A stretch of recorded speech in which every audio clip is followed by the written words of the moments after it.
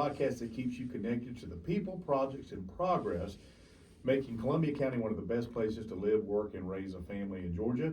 I'm your host, County Manager Scott Johnson, and today I have the pleasure to have a fellow podcaster in the studio. I had the opportunity to meet my new friend, Jaleel Fraley. Jaleel, thanks for joining us today. We appreciate you being here.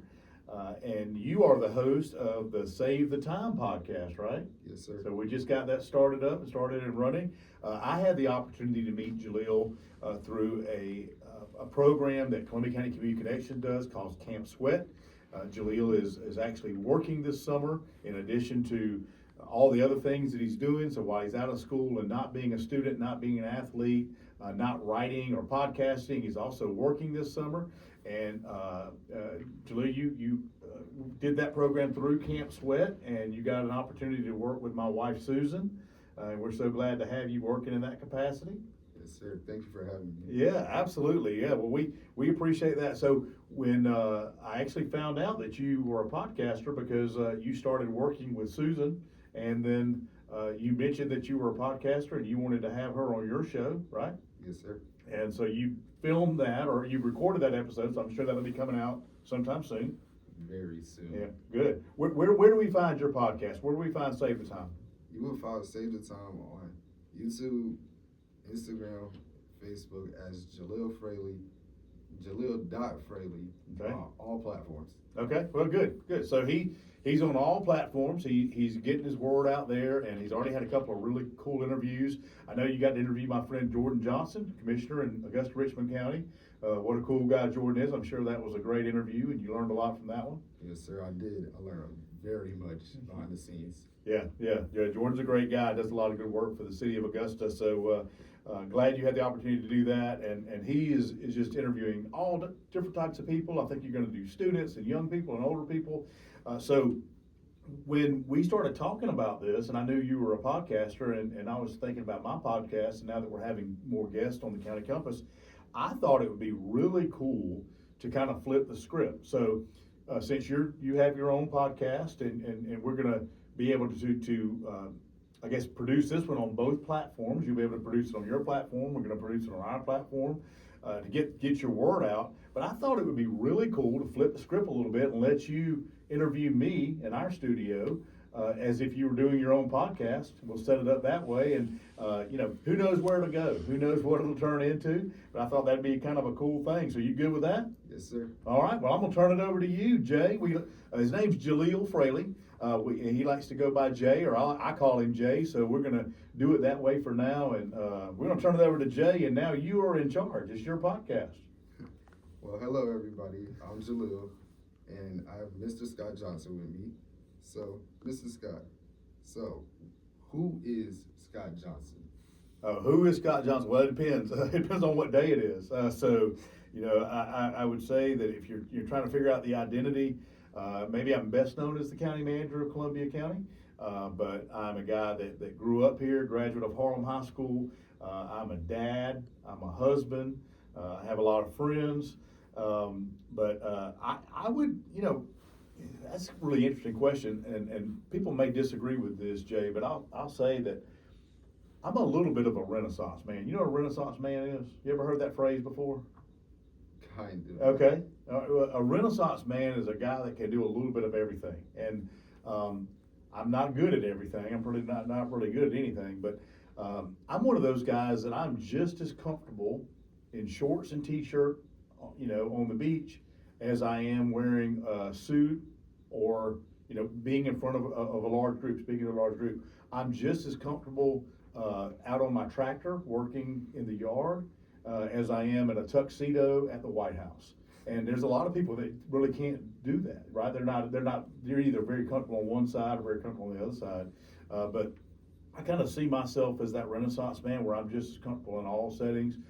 I love all people, just matters if they're good folks. So, but I think really if you really dial down into that today, where I am in my life right now, I'm a dad, husband first, dad, and then the county manager of Columbia County. It'd probably be what I'd say I am. Yes, sir. So you mentioned you were a county manager. How long have you been a county manager? So I've been the county manager here since 2008. I'm winding up my career here. I I take that back. I've been the county manager since 2011, so I've been in that role now for 15 years. Prior to that, I served 3 years as the deputy county manager, and then prior to that, I spent 21 years in law enforcement. I retired from the Georgia State Patrol, put myself through school while I was at the State Patrol, and got the necessary degrees to be able to apply for this job, to be the county manager. So all in all, I've been in government for 39 years. And a lot of that time has been here at Columbia County and in my role as county manager. Yes, sir. Thank you. So, coming up as like an adult, like, did you have any goals towards wanting to be a county manager, or was it always something different than what you are now? Yeah, so nobody ever sets out to be a county manager that I know of. I've never met any little kid that said, hey, I want to be a county manager. Most people don't even know what a county manager is or what we do. That's certainly not anything I wanted to do. When I was a little boy growing up, I knew I wanted to work in law enforcement. My dream was to be a Georgia State Trooper. I saw one time. I think he was 7 feet tall, and he had a big hat on. He was muscled up, and he really wasn't 7 feet tall. But as a little boy, it looked like he was 7 foot tall, right? And I said, I want to be that guy one day. So I knew I wanted to be a state trooper, and I did that. I was able to do that, and I was able to go through and had a great career. Doing some amazing things that I never would have gotten to do otherwise. And growing up, I didn't know what my opportunities would be. I didn't get an opportunity to go to college right out of high school. I did that a little bit later in life, and it all worked out for me. But as far as being a county manager, I just kind of, worked myself into that role. I had the right education background. I had the right leadership background, and they gave me an opportunity here to be the deputy manager, and then I rolled it right into the role to be the county manager. Yes, sir. So as a county manager now, were there any ever stressful times as a county manager? Oh, no, I've never had any stressful times as a county manager. It's stressful times every single day. This is a tough role, because as a county manager, it's my responsibility to oversee the day-to-day functions of the county. But I work for a board of commissioners, and we mentioned that you interviewed Jordan Johnson. He's one of the commissioners in Augusta. And what the commissioners do is they set policy and they set goals and they approve budgets and all those things. And then they turn it over to somebody else to run. In Augusta's case, it's the county administrator, city administrator, my good friend Tamika Allen. It's a very, very stressful job. And I think you get pressure from really three sides. You get pressure from the staff wanting to know direction and what they need to do and how to do that, making sure we're coming through and doing everything the way we're supposed to do it. You get pressure from your elected officials because they all have agendas and things that they have, and they have constituents that they have to answer to, so they're getting pressure, which causes stress. And then the public. And then in today's society, there's so many social media platforms out there, anybody can say anything. And it doesn't even have to be right. One of the things we like to end our podcast with, and we're going to do it here today, is the most ridiculous thing that I've heard lately. And it typically comes from somebody's Facebook post where they said something about Columbia County that's completely wrong. And I had the opportunity on the podcast to be able to kind of refute that and say, hey, that's not the way it happened. Here's the real story behind that. But it's getting tougher and tougher. And I think all of those things cause stress in my job. Stress from my elected officials who are my bosses, stress from the staff, as far as being able to get the job done and timely in the right way. And then there's a lot of stress from the public. So it's a very stressful job. I'll say this, and I don't know that I've ever really said this before, but I'll say this. I really think being a county manager is probably more stressful and a harder job than it was being a state trooper. And that's a pretty far stretch when you think about that, because state troopers have, and law enforcement in general, all public safety, have very, very stressful jobs. Sir, so during those times as a county manager, you mentioned those stressful times. What has helped you become unstressed or get through the past about as a kind of county manager? Yeah, a couple of things I think really come to mind when I think about what helps me de-stress or unwind. I think that you have to have a good work-life balance, and there's been many times in my life where I didn't have that. I know when my kids were growing up, I was not probably the dad that I needed to be. I was very focused on my career, and I tried to do things for my children, but, you know, looking back on that, if I had to change something, I would definitely change the way I interacted with my kids, and I'd have spent less time working and more time being a dad. That was a more important role that I really took for granted. So, you know, I would say that one is probably, that's part of it. You know, as far as de-stressing, you have to care, and in this job you have to care. But outside of the work-life balance, you know, you also need to understand that things are going to happen. I'm a real good. I say real good.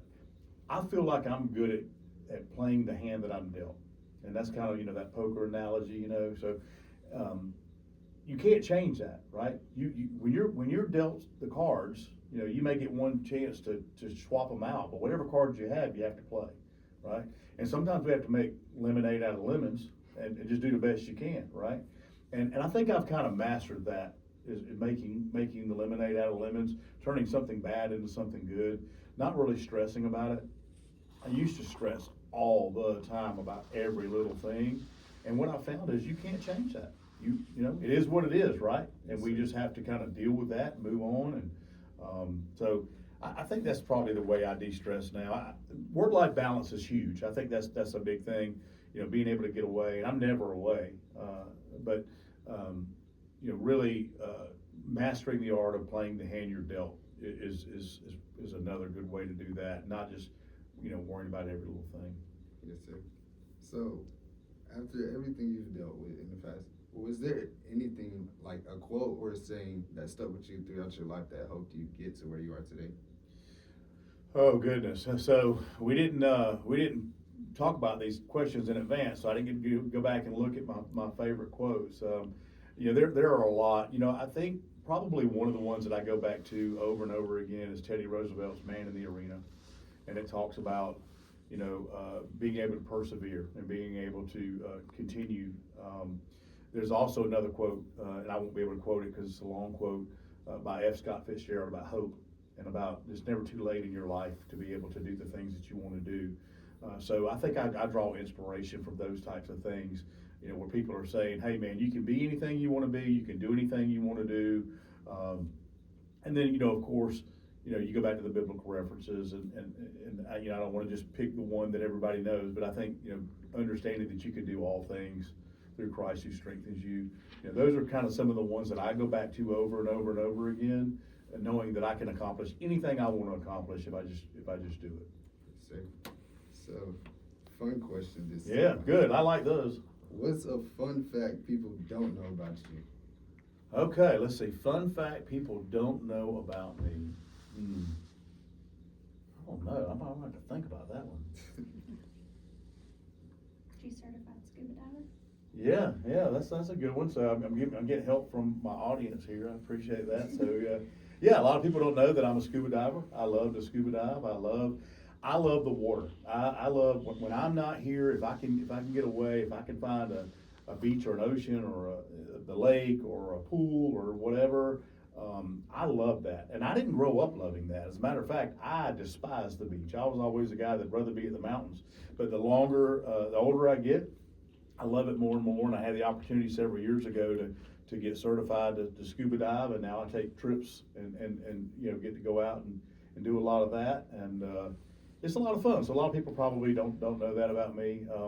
And probably wouldn't recognize me. You know, if you bump into me in the Keys, I'm probably not going to be dressed the same way. I'm not going to look the same way. You know, so a lot of people probably wouldn't know that.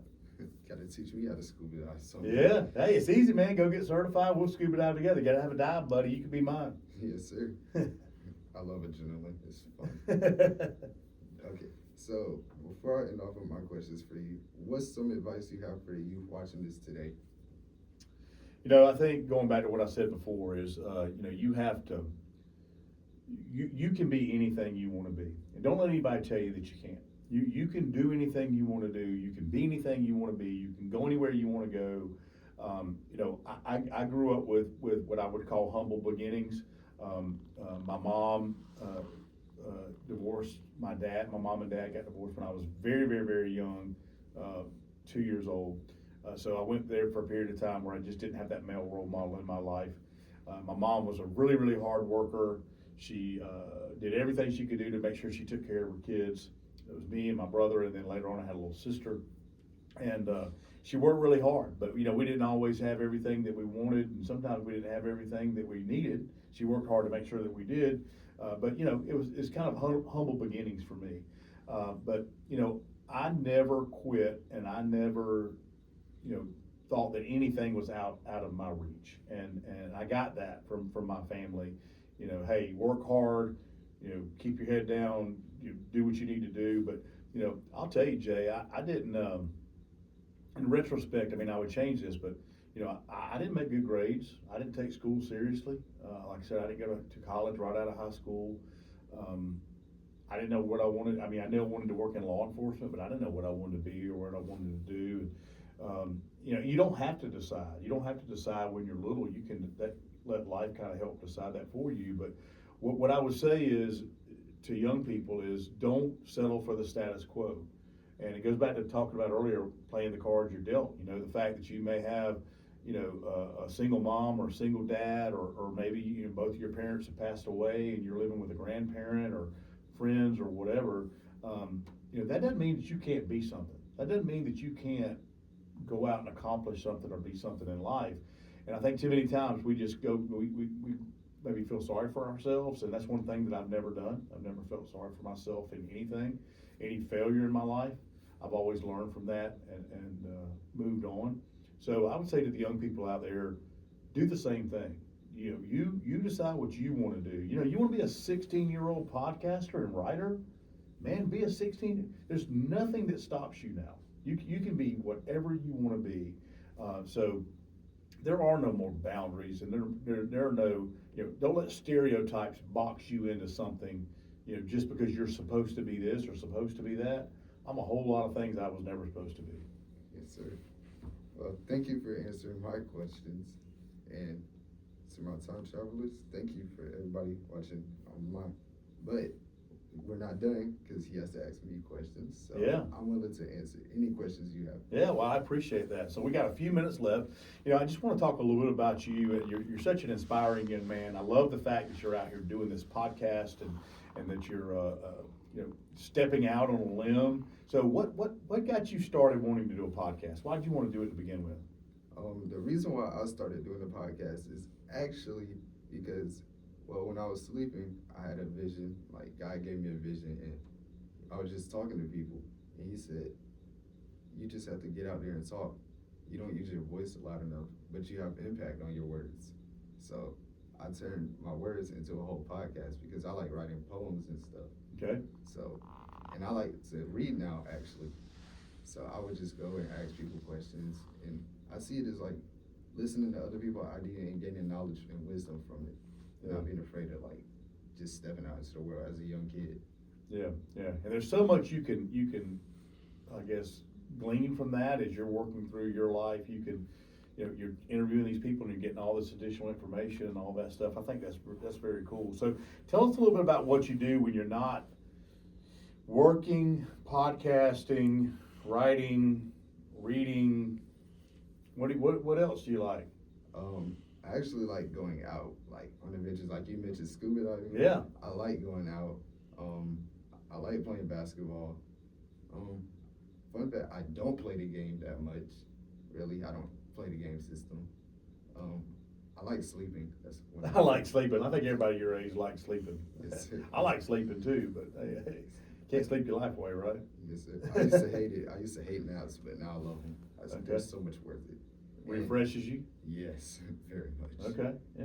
And one other thing I like to do besides all of this is eat. Eat? What's your favorite food? Oof. Favorite food? I was scared of that question. Oh, you brought it up, man. It wasn't me.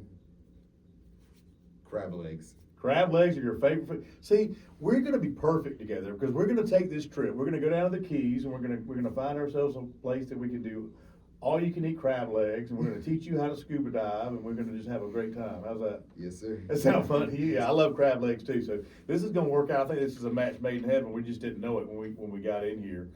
So, what are your aspirations, Jay? What do you want to be? What do you want to?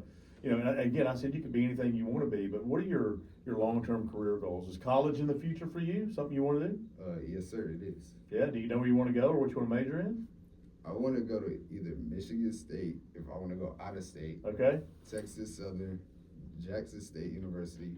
But if I don't want to go out of state, I want to go to Georgia Southern or Claflin University.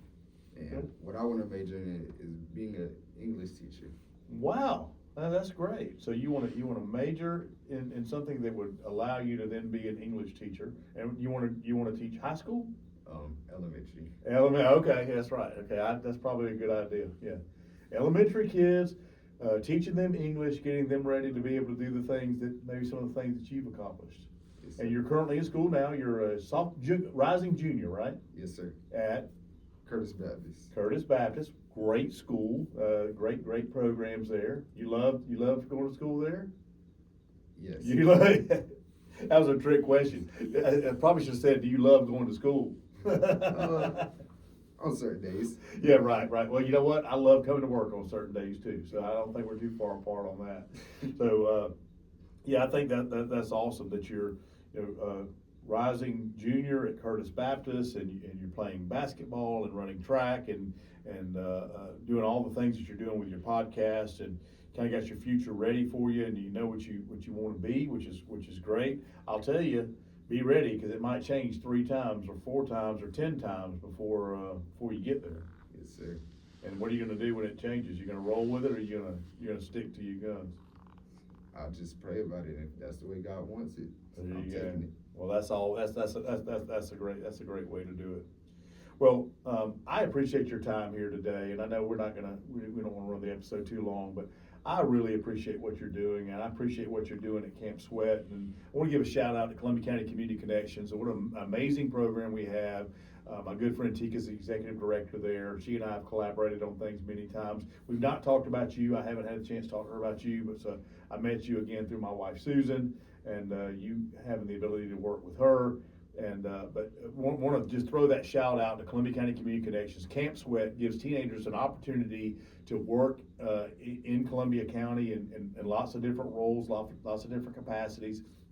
And it's a great program, and what it does really more than anything else, it does give the kids the work experience and the opportunity to do that and learn responsibility. But I think what it does more than that is it opens doors like this. You ever think of you walking into the Columbia County building or the county manager's office in the podcast studio? Not at all. Yeah, so it's amazing how things come together and how things work. But that's what it does. Is Camp Sweat opens doors, and Community Connections again does great work. So I appreciate you being here. I appreciate your willingness to be on our podcast today. Look forward to watching the rest of your podcast, and I would ask you to do the same. Watch ours. Yes, sir, I will. Thank you for having me. Absolutely. Well, that wraps up that piece of that. I always like to finish our podcast, Jalil. You probably have a wrap-up that you have, but we have a wrap-up here in Columbia County with the most ridiculous thing that I've heard lately. And the reason we do that is because a lot of times there are social media things out there that people say that are just completely untrue. And we try to refute those and debunk the myths and tell the truth about what's happening in Columbia County. That's one of the things I promised from day one is we're going to come in here and we're going to tell the truth. So one of the most ridiculous things I've heard lately, somebody sent me a screenshot of I guess it was a Facebook post, might have been Instagram, but anyway, it was talking about the building that you're in now. And they were talking about the parking situation and how bad the parking was. And they went on to say that Columbia County is actually discriminating against the handicap because of the small amount of handicap spaces we have on our campus, and that we are not handicap friendly or we're not handicap accessible. So let me just go ahead and say, absolutely ridiculous. There are laws that protect that. There are laws that protect the people's ability to be able to park. We have a certain number of spaces that we have to provide for handicap. We go above and beyond that to provide those handicap spaces. Our building is completely ADA accessible, which means we have to spend additional money making sure that the handicap can access our building properly. So if you're looking at a schematic or a map of our building right now, and you say, hey, they only have 2 handicap spaces at Building A. You guys probably noticed it when you drove in today. You see that big parking lot right behind us has a big fence around it? Yes, sir. You know what it's gonna be? A lot more parking. And when all that's done, we're gonna restripe everything, and we're gonna mark everything, and we're gonna have plenty of handicap parking for everybody. So the fact that somebody would think that we're only gonna have 2 handicap parking spaces on this entire campus, and that they're hard to get to, absolutely ridiculous. Just don't believe that. Give us an opportunity to get done, and once we finish this project, there'll be plenty of parking for everybody. So, just wanted to go ahead and get rid of that. And again, we're gonna go ahead and wrap up now. I wanna thank you for listening to this episode of the County Compass. If you have questions about anything you've heard today or anything else county related, you can always visit columbiacountyga.gov, reach out through the normal channels, reach out to our PR director, Cassidy Harris. She can always answer your questions for you. She answered one of mine here today, so thanks, Cassidy, for being here and helping us out with that.